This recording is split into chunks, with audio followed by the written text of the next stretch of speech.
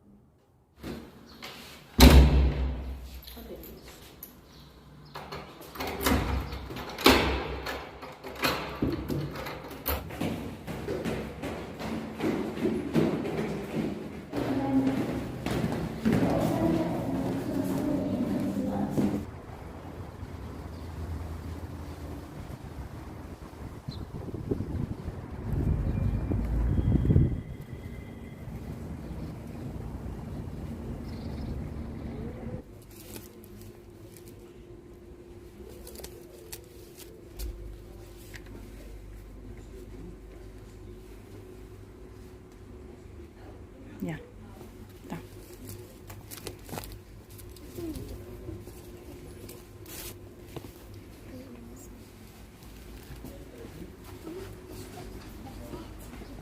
تحت. كاسات صغيرة.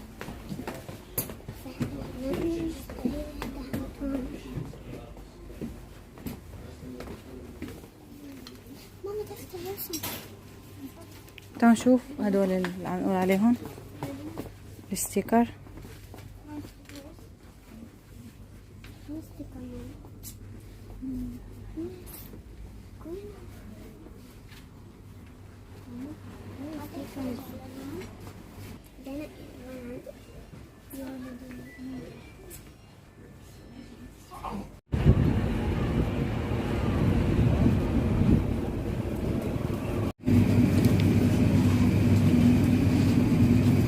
حاجة تانية بديلي؟ حاجة الرابعة؟ رواسة 41 41 الطويش معنا الفكرة 141 يلا يلا ده الرابع برضه يلا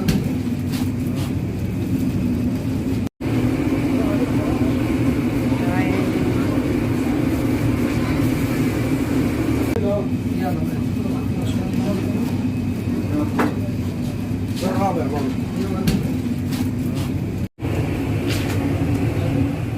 السلام عليكم ورحمة الله وبركاته. كيفكم يا صبايا؟ شو الأخبار؟ طمنوني عنكم، إن شاء الله تكونوا كلكم بخير. اليوم بإذن الله تعالى رجعت لكم بفيديو جديد وفيديو متنوع كتير وحلو، إن شاء الله يعجبكم. أول شي اشتقت لمعجناتي كتير، طيلة شهر رمضان ما عملت معجنات، حتى يمكن بيتزا عملت مرة بس. فهون يا صبايا مثل ما شفتوا حطيت كاسة المي وكاسة الحليب، بحب يعني تكون كاسة سخنة وكاسة باردة، فبحط المي سخنة اللهم صل على سيدنا محمد مع ظرف الخميرة مع كاستين مع معلقتين سكر، قال كاستين. فوالله بحركهم هيك مع بعض مع نص كاسة زيت، ممكن معلقة زبدة، وبعدين بحط عليها هالطحين مثل ما تكون شايفين بالتدريج. بشوف شو قد بدها تاخد طحين، تقريبا بتاخد 5 كاسات ونص او هيك، يعني انتوا شوفوا قديش بتستوعب طحين معكم وانتوا عم تعجنوا. انا بحب اعجن بالتدريج وما استعجل، لانه وانا عم بعجن بحس انه هي بلشت تختمر وهيك، يعني على راحتها. ممكن اذا مستعجلين تحطوا كل شيء على بعضه وتعجنوه وتحطوه على جنب وخلص، يعني ان شاء الله 10 دقايق تكون اختمرت. خصوصي هلا على الجو، ما شاء الله الجو جنة وصيف يا صبايا. الجو كتير كتير كتير كتير حلو وخرج سباحة مثل ما شفتوا يا صبايا. اول الفيديو رحنا انا وبناتي على المكتبة، كنت حابة اجيب لهم كتب، اعمل لهم نشاطات بالبيت، ادرسهم شيء، ادخلهم اللغة العربية، افرجيهم المنهاج شلون باللغات، يعني حطيتهم مدرسة لغات، فحابة افرجيهم كمان الرياضيات شلون بالانجليزي. يعني انا حابة كمان اطلع على المواد، اشوف يعني هيك شغلات. وقلت بالمرة بنحل نشاطات وبشغلهم مخهم، واحسن ما يقضوا النهار ميلين، بندرس مع بعض وبنتعلم ان شاء الله، وبعلمهم يعني وبنملي فراغنا وبنفس الوقت بنستفيد ان شاء الله. بيدخلوا على العام الدراسي ما بيكونوا مصدومين وما فاهمين شيء. فوالله يا صبايا هيك يعني كنا كتير متحمسين، ورحنا كمان اكلنا فلافل وبطاطا وجبنا فول على البيت ما شاء الله. يعني هيك كان شي لذيذ وحلو على الصدفة، بس بقى كان شوب كتير ما شاء الله، درجة الحرارة يمكن شي 35. فيعني صيف صيف تبارك الله، والشمس حامية الصراحة. الظهريات يعني لازم واحد ما يطلع، بس أنا ما كنت هيك يعني مستوعبة الفكرة لسه إنه صار صيف، فنسيت حالي وطلعنا والله. والصراحة يعني أكلناها ضربة شمس. لازم الواحد هلا يطلع بعد المغرب، بيطلع الجو كتير حلو ما شاء الله. فخلونا نذكر الله ونقول لا إله إلا الله محمد رسول الله، اللهم صلي وسلم وبارك على سيدنا محمد. وكمان ما تنسوني من اللايك اللي كتير كبير، الله يسعدكم ويجبر بخاطركم جميعا. ومشان حشوة الفطاير يا صبايا، أول شي عملت شكلهم مثل بواتشا، وبعدين حطيت للحشوة جبنة شلل ومعلقتين جبنة كريم، وبعدين بحط عليهم شوية زيت زيتون وفليفلة رش يعني، واللهم صل على سيدنا محمد. كمان ما بنسى النعناع، وبعمل لها هيك تخليطة بإيدي أو مثلا بالسباتيولا مثل ما شفتوا، وبحشي فيها السمبوسك أو الفطاير أو أي معجنات إن كان، بتكون بتجنن كتير طيبة، وعن جد تعطيك هيك طعمة مثل الجاهز. وهون عملت السمسم كمان، ومحمية الفرن مسبقا على 200 بس من تحت، وبعدين بشغل عليه من فوق مشان يعطيني هذا اللون الذهبي من فوق إن شاء الله. طبعا هون يا صبايا عم نعمل صبحية أنا ومرت أخي، فحبينا نقعد على البرندة ونحط الفطور هيك ونفطر الأولاد، وكتير كانت الأجواء حلوة بسم الله ما شاء الله، وكتير تسلينا وقضينا وقت حلو. وعن جد يا صبايا أنا الحمد لله بفضل الله سبحانه وتعالى بحس حالي محظوظة إنه وين ما رحت عندي حدا. عن جد الحمد لله رب العالمين. أنا لو ما وجود أخي هون أو وجود أخوي بتركيا، أو يعني وين ما بروح هيك يعني بتحسوا ربنا سبحانه وتعالى بيعرف إنه أنا كتير قلبي شرشوح، فدائما هيك يعني بياخدني على مكان فيه وحدا بعرفه وحدا بيقربني هيك وحدا من ريحة أهلي، مشان ما أحس بالغربة. والحمد لله رب العالمين، هي أحلى نعمة. شوفوا لي على هالشوفة يا الصبايا، كانت العجينة دمار ما شاء الله، شو طرية شو طيبة شو لذيذة الصبايا. شو اشتهيتكم فيها واشتهيت أدوقكم إياها كمان، بسم الله ما شاء الله قد ما لذيذة. أنا هون هيك عم صور لكم ودوق وآكل، عبالكم شبعت وأنا واقفة بس عم صور. هلأ هون الصبية كاتبت لي أنا متابعتك جديد، خبرينا عن عادة دينية شفتي أثرها بحياتك للأفضل، يعني غيرت للأفضل إن شاء الله. والله الدعاء، والله الدعاء الدعاء الدعاء الدعاء سحر. هلا أنا لما تعلمت إنه أدعي من قلبي، أدعي بيقين، أدعي وأنا مصدقة إنه ربنا سبحانه وتعالى رح يستجيب لي إن شاء الله، وربنا بفضله وعظمته وكرمه رح يعطيني وأكتر، يعني رح يعطيني طلبي وأكتر إن شاء الله. لما تعلمت أدعي بهذا اليقين، الله سبحانه وتعالى من علي وعطاني من عطائه، والحمد لله رب العالمين شفالي بنتي رسولة، وإن شاء الله عبطيب تتحسن. هذا أهم شيء، هذا أكتر شيء كنت أدعي له. والحمد لله رب العالمين بحس حالي محظوظة عن جد والله العظيم. الحمد لله بفضل الله سبحانه وتعالى، بسم الله ما شاء الله. يعني بحس حالي محظوظة، وبحس حالي إنه الله سبحانه وتعالى بيرد لي الخير بكل شيء وبيسر لي للخير. وحتى لو صار عندي إشكاليات وضغوطات وقعت بمشاكل دغري بطلع منها لأفضل شغلة كان ربنا سبحانه وتعالى مختار لي إياها، بس أنا بكون في عندي جهل بالموضوع إنه هذا الشيء خير لإلي ولا لا. الخلاصة يا صبايا، ادعوا باليقين وادعوا بكرم الله، اطلبوا من الله سبحانه وتعالى بفضله وكرمه. ما تدعوا انتوا للشغلة. مثلا واحد بيقول لك الله يرزقني سيارة، يعني هيك على قدي. ليش على قدي؟ يعني ليش عم بتقول على قدي؟ الله يرزقني سيارة إن شاء الله، أفخم سيارة أنا بتمناها، وأفخم سيارة شفتها بالشارع. والله سبحانه وتعالى يعني عاجز على إنه يرزقك هالسيارة؟ ما الله سبحانه وتعالى حيسبب لك الأسباب ليرزقك إياها إن شاء الله، إذا كان هيك استجاب الدعاء إن شاء الله.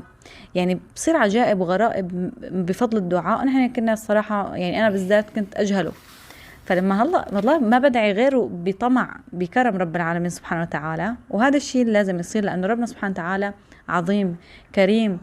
فيعني ادعوا بكرم الله سبحانه وتعالى، ما تدعوا بعقل الإنسان الضعيف اللي هيك اللي سبحان الله على قد ما بتدعي بتاخدي. في سورة سيدنا يوسف، أعوذ بالله من الشيطان الرجيم، بسم الله الرحمن الرحيم. قال ربي السجن أحب إلي مما يدعونني إليه، وإلا تصرف عني كيدهن أصبوا إليهن وأكن من الجاهلين. فاستجاب له ربه فصرف عنه كيدهن إنه هو السميع العليم. صدق الله العظيم. والقرآن كله سبحان الله لحتى نحن نتدبره ونفكر يعني شلون صار هيك مع هذا النبي أو هذا الرسول أو هي القصة لحتى نتعلم منها.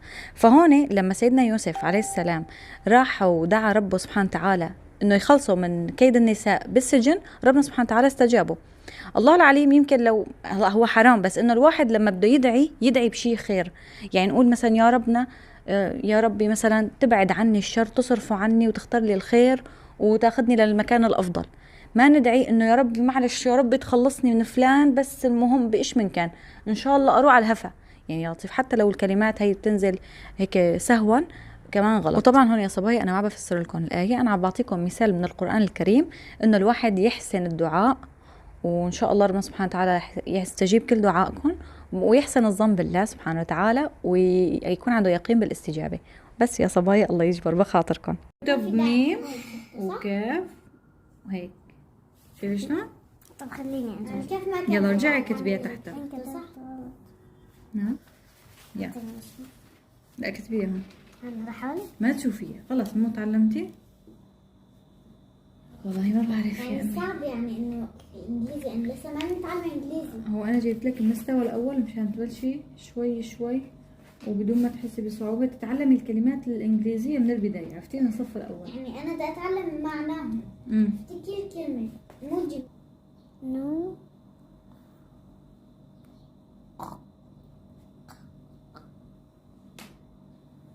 ايه تماما.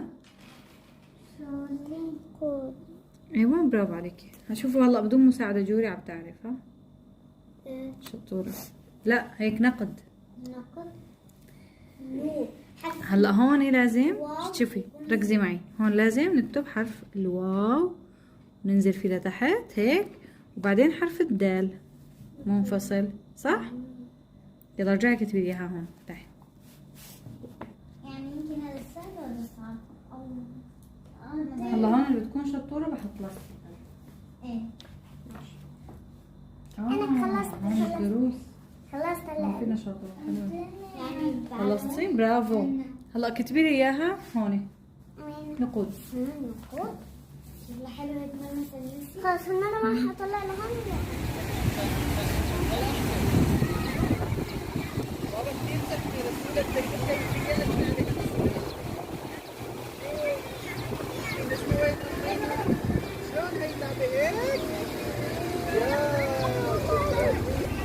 ده شوف فين بالله لفته.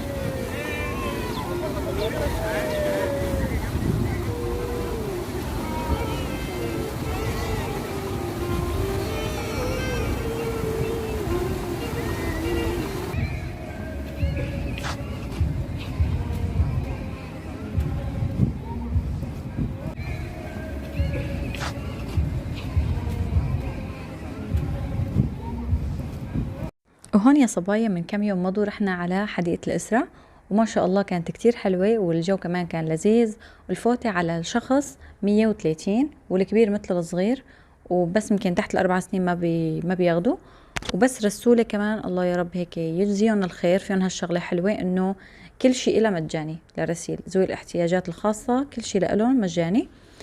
اي والله. فوالله قضينا يوم حلو الحمد لله. طلعنا بالقطار، والحلو بالقطار انه بتفتلي بكل المكان وبكل المنطقة ما شاء الله. هي حديقة كبيرة وفيها ألعاب عادية وألعاب كهربائية، وفيها قعدات على البحيرة، فيها زبلاين، وفيها كتير شغلات لذيذة، ويعني تغيير شكل للأولاد، وفيها الواحد يقضي النهار من الصبح للمساء. حتى فيها قسم يعني فيها حيوانات، وفيها كتير نشاطات جوا ممكن الواحد يعملها، وبتشبه عالم السحر كتير يا صبايا. سبحان الله أول ما فتت قلت له لأبو الجود كتير كتير تشبه عالم السحر، وتذكرت أيامات هيك كنا ناخد ترمس قهوة ونروح على عالم السحر ونقعد هيك جنب الألعاب، والله نحن نلعب. بتذكر كنت صغيرة يعني، وكانت أمي تقعد هيك ونقضي كل هالسهرة وبرودات، والجو بيطير العقل ما شاء الله. الحلو فيها انه فيها قعدات مجانية، وفيها قعدات بالكافيتريات، وفيكي انت تجيبي معك اكل، بس يمكن كله مأجور، يعني كل شيء بده يفوت معك يمكن مأجور، ما بعرف. نحن فوتنا معنا شيبسات ما حكوا معنا شيء. فوالله كتير ناس جايبين هيك ترامس قهوة وشاي وكذا وأكلات لذيذة للأولاد وبزرايات وهذا، والأجواء كانت حلوة وعائلية بامتياز.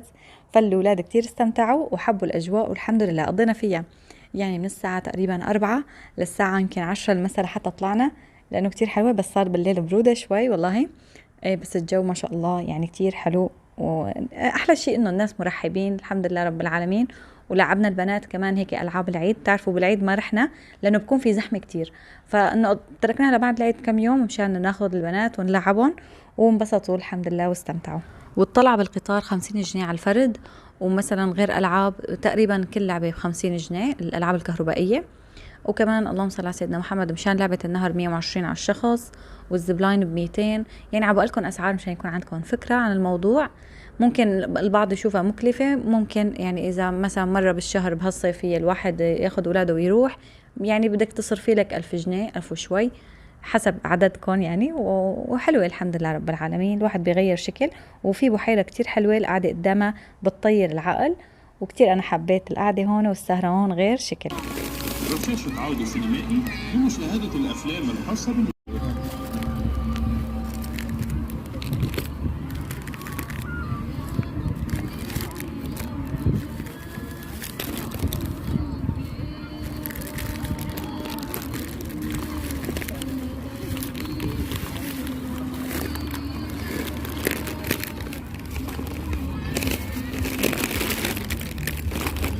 في هذا الازرق.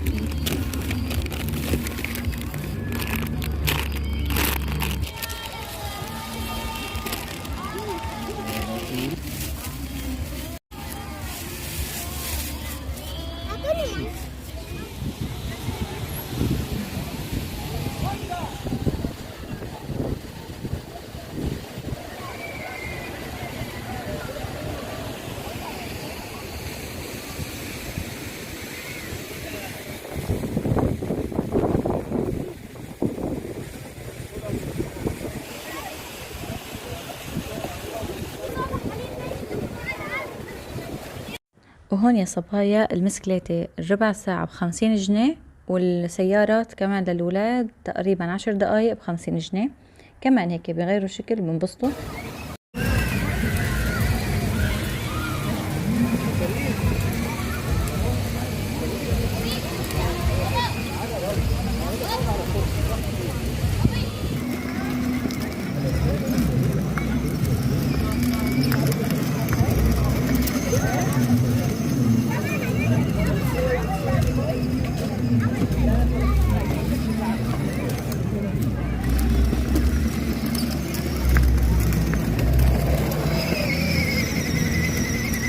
وهون يا صبايا البنات لعبوا بالمراجيح وتسلوا كمان، في زحاليط حلوة وفي مراجيح لذيذة. وبعدين شربنا فنجان قهوة من عند كشك هيك، وقعدنا قعدة حلوة. وخلص الفيديو لليوم. ان شاء الله يكون الفيديو عجبكم وحبيتوه، واذا حبيتوه لا تنسوا من اللايك الكتير كبير، وسلام. والمعدات الحربية، وأيضا عدة وسائل ومؤثرات مختلفة للإضاءة. رشاشة عودة سينمائي لمشاهدة الأفلام الخاصة بالمسلسل.